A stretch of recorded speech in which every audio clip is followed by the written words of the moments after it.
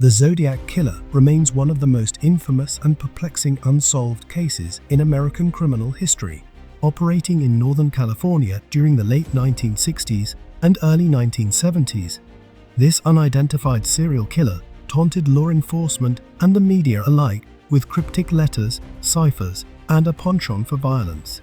Despite decades of investigation, the case remains cold, shrouded in mystery and intrigue.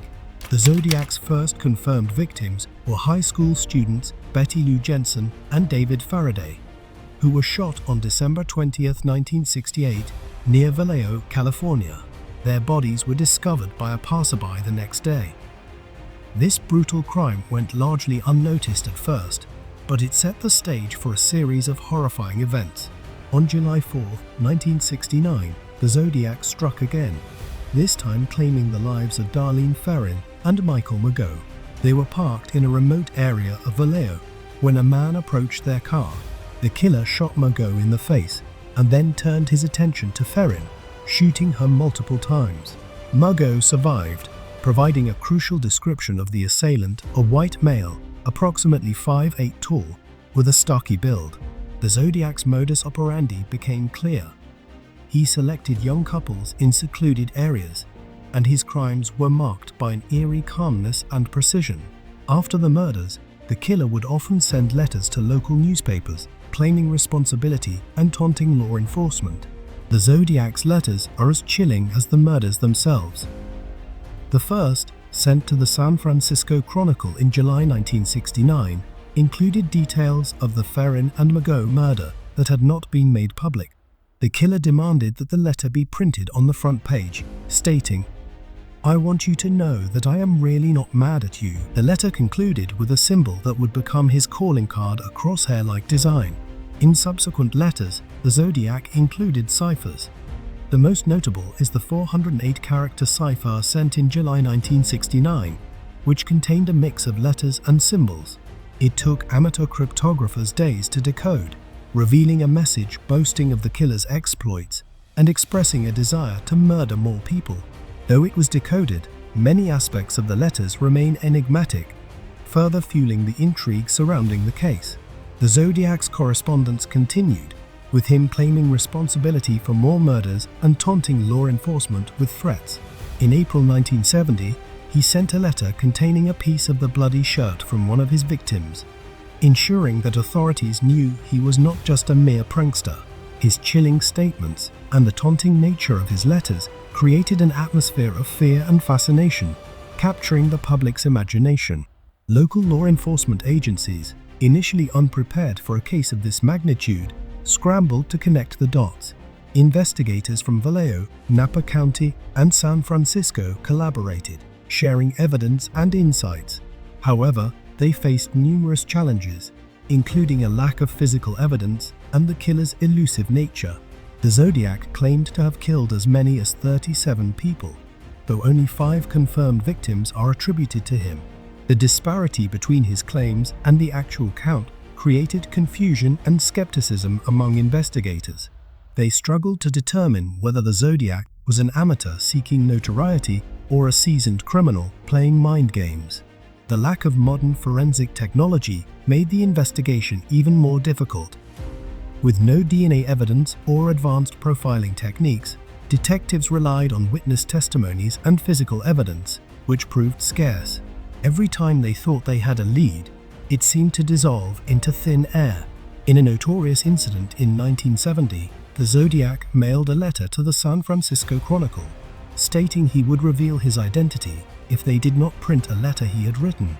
The newspaper complied, and he delivered a series of taunting messages, including cryptograms that played with the minds of both the police and the public.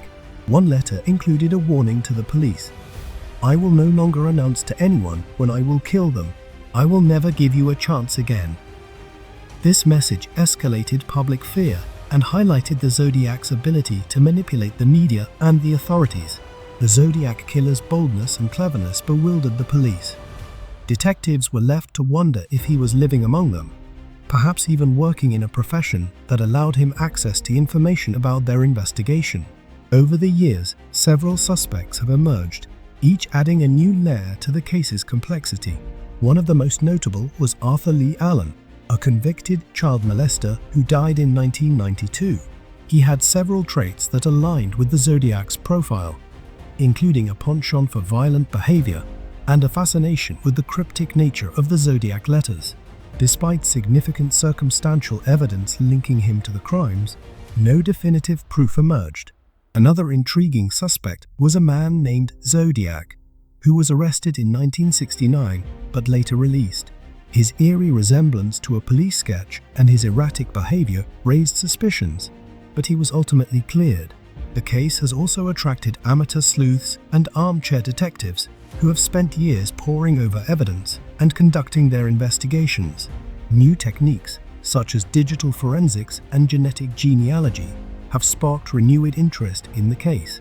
In 2020, a team of amateur investigators claimed to have identified the Zodiac using DNA from a letter he sent, suggesting that a suspect named Gary Francis Post may have been the notorious killer. However, this theory remains controversial and unproven. As the years pass, the Zodiac killer case remains unsolved, with the killer's identity a tantalizing mystery.